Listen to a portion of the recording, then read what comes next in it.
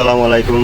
Sir Salimullah medical college Mitford হাসপাতাল মর্গে দেখেন এখন একটা লাশ আসছে। এটা হলো যে কেমন আছে? ভালো।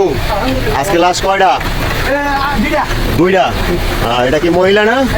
এটা মহিলা। এটার বাড়ি তো মনে হয় চাঁদপুরে। কম্বলটা উঠান, ভিজে যাইব। যাই হোক, এই মহিলার বয়স আনুমানিক 40 থেকে 42 বছর বয়স হবে। ইনি ঘাস মরা ওষুধ খেয়েছে। চাঁদপুর বাড়ি ওনার। ওখান থেকে ট্রিটমেন্টের জন্য ঢাকা নিয়ে আসছিল। ঢাকা ট্রিটমেন্ট থাকা অবস্থায় মারা গেছে উনি। কেননা যে ওষুধ খাইছে ওষুধে কখনো বাঁচে এমন কোনো মানুষ না যে দেখছি যে বাঁচছে, অনেকেই মারা গেছে।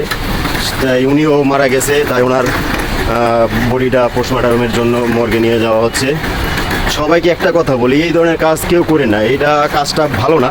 দেখেন, এই যে আপনারা যে এই কাজটি করেন, কি বলবো, এই যে 42 বছর বয়স ওনার কি সুন্দর ছেলে সন্তান আছে। কিসের জন্য আপনি এই কাজটি করবেন? এই কাজটি করা আসলে ঠিক না।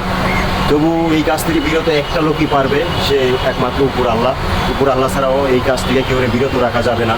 যাই হোক, আল্লাহ তোমার কাছে আমরা এই প্রার্থনা করি, আল্লাহ সবাইকে নেক হায়াত দান করো আর সবাইকে এই রকমের অপমৃত্যুর হাত থেকে বাঁচাও। কারণ এই অপমৃত্যু দুনিয়াতে খুবই ভয়ঙ্কর। মানে এখন দিনের দিন অনেক বাড়তিছে, দিনের দিক অনেক বাড়তিছে। কেননা আজকেও দুটোটা অপমৃত্যু। আর হলো যায় এরকমের প্রতিনিয়ত আসতেই আছে।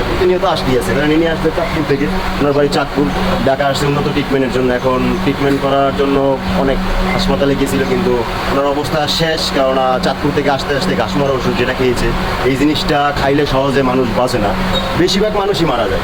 ঠিক আছে, সেই জন্য এই রকমের কাজ কেউ করেন না। আর করেও কখনো এই ধরনের কি বলবো, বলার কোনো ভাষা নাই। কারণ ইনি আমাদের মায়ের মতন। ওনার যে সন্তান ছেলে, ওই ছেলেটা হলো দেয়া আমার বয়সী। ওই যে দেখেন, আপনি দেখতে পারতেছেন, ওই যে ক্যামেরায়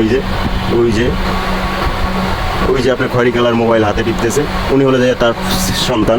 যাই হোক, লাশটি মর্গের ভিতরে ঢুকিয়ে নিয়েছে ময়নাতদন্তের জন্য। এই লাশটি বাইরে হবে ঘন্টা 2 পর ময়নাতদন্তের কাজ শেষ করে। সবাইকে একটা জিনিস আবারও বলি, সবাই এই ধরনের কাজ থেকে বিরত থাকেন, এই ধরনের কাজ থেকে বিরত থাকেন। সবাই ভালো থাকবেন। আসসালামু আলাইকুম।